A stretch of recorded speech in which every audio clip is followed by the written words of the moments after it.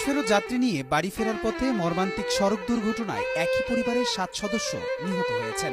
স্বজনদের অভিযোগ, চালকের গাফিলতিতেই তারা নিহত হন। মাইক্রোবাসের দরজাগুলো লক করা থাকায় নারী ও শিশুরা গাড়ি থেকে বের হতে পারেননি। তবে চালক তার পাশের দরজা খুলে পালিয়ে যান। আমি কইছি যে লক খোল, দরজা খুলি দে, লক খুললে যে মিলে বাসি হয়েছে গাড়ি, এই মিলে বেরকম মারে যায়, গাড়ি হরে ঢুকু। জানা যায়, ঢাকার শাহজালাল আন্তর্জাতিক বিমানবন্দর থেকে ওমান প্রবাসী বাহারউদ্দিনকে একটি মাইক্রোবাসে করে নিয়ে পরিবারের 11 জন সদস্য লক্ষ্মীপুরের চন্দ্রগঞ্জ থানাধীন পশ্চিম চৌপল্লী এলাকার নিজ বাড়িতে ফিরছিলেন। পথে বেগমগঞ্জ উপজেলার কন্ট্রাক্টর পোল এলাকায় পৌঁছালে মাইক্রোবাসটি নিয়ন্ত্রণ হারিয়ে সড়কের পাশের একটি খালে পড়ে যায়। এ ঘটনায় বেঁচে যাওয়া প্রবাসী বাহারউদ্দিন জানান, গাড়ির চালক বারবার ঘুমিয়ে পড়ছিলেন। একাধিকবার সতর্ক করা সত্ত্বেও তিনি গাড়ি চালানো বন্ধ করেননি। দুর্ঘটনার পর তিনি গ্লাস খুলে দিতে বললেও চালক তা না করে নিজেই পালিয়ে যান। বাহারের বাবা আব্দুর রহিমও জানান, তারা পুরুষ সদস্যরা কোনোমতে বের হতে পারলেও নারী ও শিশুদের উদ্ধার করতে পারেননি।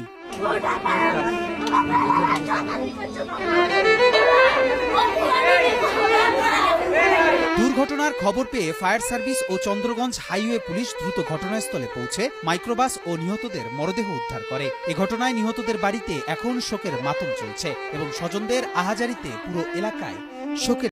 নোয়াখালীর বেগমগঞ্জে 11 যাত্রী নিয়ে খালে পড়ে মাইক্রোবাস। ভোরের এই দুর্ঘটনায় ঘটনাস্থলে মৃত্যু হয়েছে শিশুসহ একই পরিবারের 7 জনের। চালক ঘুমে থাকায় এই দুর্ঘটনা ঘটেছে বলে প্রাথমিকভাবে ধারণা করছে ফায়ার সার্ভিস।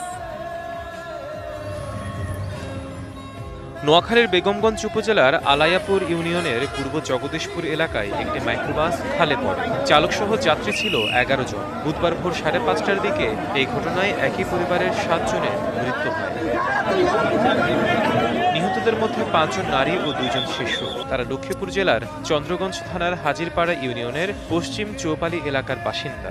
11 জন ওরা পরিবার। তো এখান থেকে আসতে বেগমগঞ্জ চন্দ্রগঞ্জ পূর্ব বাজারের কাছাকাছি আসছিল, গাড়ি নিয়ন্ত্রণ হারায় খালের সাইডে পড়ে গেছে খালে। আমার বোনে বলছিল যে হাজিরপাড়ার নানু অ্যাক্সিডেন্ট হয়েছে, কয়জন 7 জন ছিল একই গাড়িতে। এটাই শুনছি, এটা শুনে আমি আমার বাইরে নিয়ে আসছি ঘটনাস্থলে দেখার জন্য। ফায়ার সার্ভিস জানায়, ওমান ফেরত প্রবাসীকে নিয়ে ঢাকা বিমানবন্দর থেকে ঢোকার পথে মাইক্রোবাসটি খালে পড়ে যায়। মাইক্রোবাসটিতে চালকসহ 11 জন ছিলেন। এর মধ্যে দুর্ঘটনার পর চালকসহ 4 জন বের হয়ে যান আর অন্য 7 জনের মৃত্যু হয়। ঘুমে জড়ানো চোখে চালক মাইক্রোবাসটি চালাচ্ছিলেন বলেই মর্মান্তিক দুর্ঘটনা ঘটেছে ধারণা করছে fire service. DBC news desk.